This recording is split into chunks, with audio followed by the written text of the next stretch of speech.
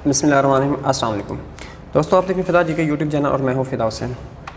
मेरे काफ़ी सारे दोस्त परेशान हैं जो कि जिन्होंने FI में अप्लाई किया है या अभी अप्लाई करना है कि वो फ़िज़िकल टेस्ट किस तरह का होगा और उसमें क्या क्या चीज़ें होंगी, उनको कैसे क्लियर करना है।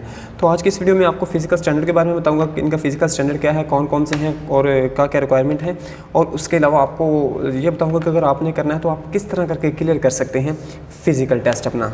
ठीक है, तो बगैर किसी देर के चलते हैं इस वीडियो की तरफ। सबसे पहले देखें तो आपका इसमें है कद, फिज़िकल कद होगा। उसके बाद होगी नंबर 2 पे छाती आपकी मेजर होगी, लेकिन फीमेल्स की छाती मेजर नहीं होती। नंबर 3 पे दौड़ है। उसके बाद तहरीरी इम्तिहान होगा।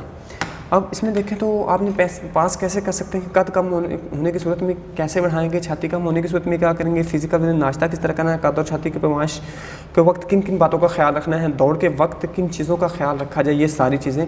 और कुछ लोग जो है वो कद और छाती पूरा होने के बावजूद फेल हो जाते हैं, क्यों होते हैं, ये सारी डिटेल आज इस वीडियो में आपके साथ डिस्कस की जाएगी। जी हाँ दोस्तों, अब देखते हैं कि इसमें सबसे पहले मेल की हाइट जो है वो 5 फुट 7 इंच है, चेस्ट जो है वो 33 साढ़े 34 है।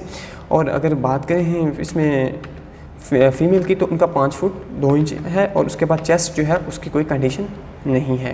अब इसमें देखिए कद की पैमाइश के दौरान ज़हन नशीन रखने की बात है कि जब आपका कद करें तो एड़ियाँ बिल्कुल साथ जोड़ के रखें, इनमें खला ना हो ताकि आपका हाइट जो है वो मैक्सिमम हो, बिल्कुल सीधे खड़े हों, ढीले ना हो, थोड़ा अकड़ के खड़ा होना चाहिए। ठीक है, और उसके बाद नज़र जो है वो बिल्कुल सामने 90 के एंगल पे होनी चाहिए। इससे अगर नीचे देखेंगे तो भी आपकी हाइट कम हो सकती है। और बगैर किसी टेंशन के आप पैमाइश करवाएं, आप ज़हनी तौर पर रिलैक्स होकर पैमाइश करवाएं। अगर आपकी जो है कम है तो आप कद बढ़ाने के लिए क्या इस्तेमाल कर सकते हैं, आप वार्म अप हो सकते हैं, यानी आप अपने आपको चिन अप वगैरह इस्तेमाल कर सकते हैं। जी हाँ दोस्तों, कद के मसला जिनका है वो अपने आप को वार्म अप करने के लिए जो है वो कद बेहतर करने के लिए चिन अप कर सकते हैं। उसके अलावा जो है पुशअप लगा सकते हैं, लेकिन इससे हल्का फुल्का कोई डिफरेंस हो सकता है, ज़्यादा डिफरेंस नहीं होता।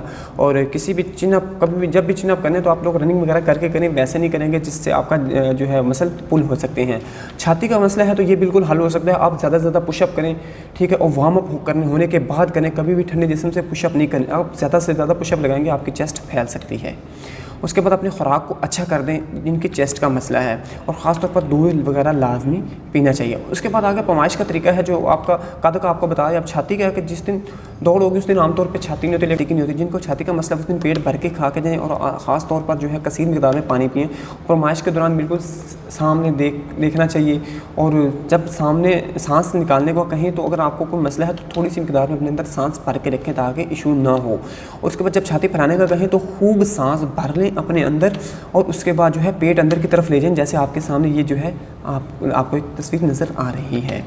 और किसी भी किस्म की परेशानी के बगैर आप पैमाइश करें, इंशाल्लाह टेंशन लिए बगैर आपका ये हो जाएगा। तो इसके बाद आपका जो है नेक्स्ट मरला होगा वो है आपका जो रनिंग टेस्ट के बारे में मैं इसके बाद एक डिटेल से वीडियो अपलोड कर दूंगा, आप लोग उसको देख लीजिएगा। इंशाल्लाह उम्मीद है उससे आपका भी मसला हल हो जाएगा।